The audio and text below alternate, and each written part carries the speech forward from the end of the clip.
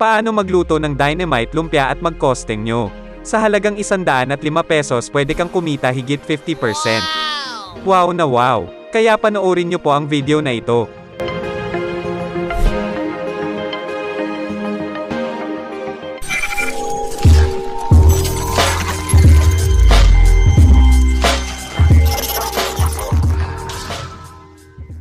Simulan natin ito sa pagbili ng mga ingredients sa paggawa ng dynamite lumpia. Nariyan po dyan ang Kulay Cut o dynamite sili, San Marino chili corned tuna, lumpia wrapper large at Eden cheese. Ito pong ating Kulay Cut ay nabili ko po by pack po ito. Nasa 15 pieces po ito lahat dahil 100 grams po ang bigat nito per pack. May iba't ibang sizes po ito. Atin po muna tong hihiwain at kukunin ang mga buto nito at laman, huwag natin putulin itong nasa dulo na hahawakan natin.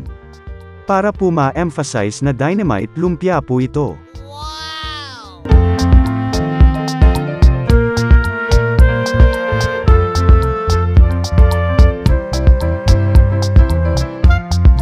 Matapos mabalatan lahat ng dynamite sili ay ibabad natin sa tubig para matatanggal yung ibang buto na nasa loob at pagkatapos ay huhugasan po natin itong lahat.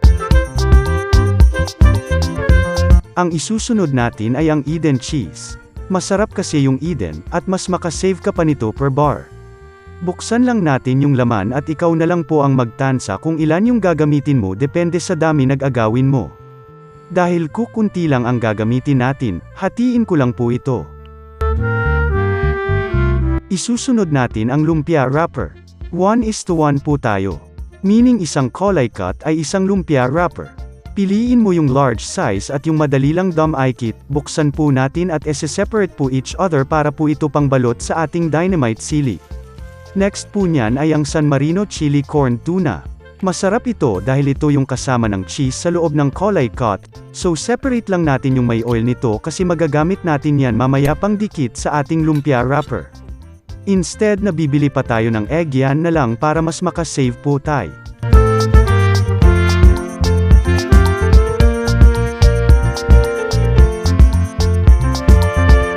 May dalawang paraan po sa pagpasok ng laman sa Kulay Cut.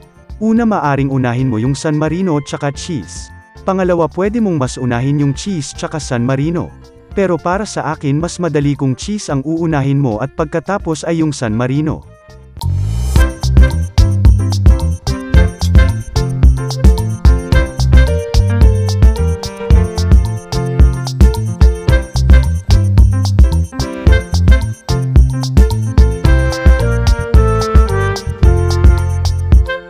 Pagkatapos mong malagyan lahat ng laman, atin na pong babalutin gamit yung lumpia wrapper. Gaya ng sinabi ko kanina na magagamit natin yung oil ng San Marino pang dikit. Yung iba egg yung ginagamit nila. Ang iba naman ay tubig lamang, depende na po yun sa lumpia wrapper nyo kung anong mas madikit.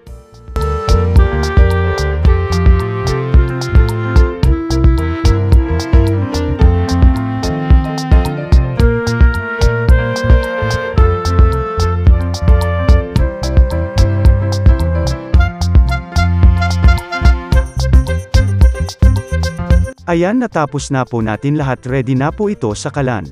15 pong dynamite lumpia ang ating naggawa ngayon. Tara, let's cook. So mag-init muna tayo ng oil natin, saktong oil lamang ating ilalagay, at lutuin na natin yung mga dynamite lumpia natin. Prituhin lang natin tong lahat. Kapag medyo brown na yung kulay at crispy na, pwede mo nang kunin yan.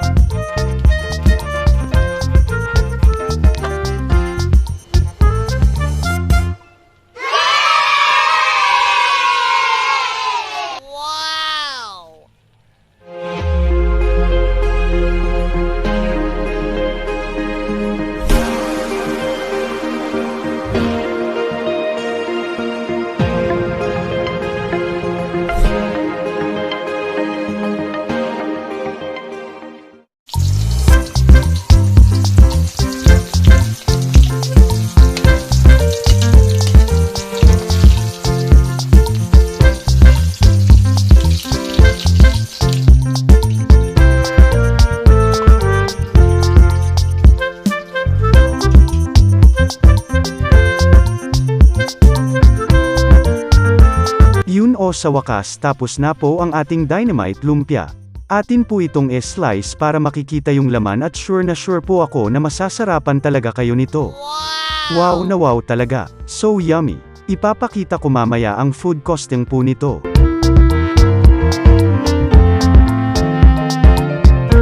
So ganito po ang costing niyan. Kukunin muna natin ang mga ingredients. Eden cheese isang bar cost 50 pesos and 50 cents.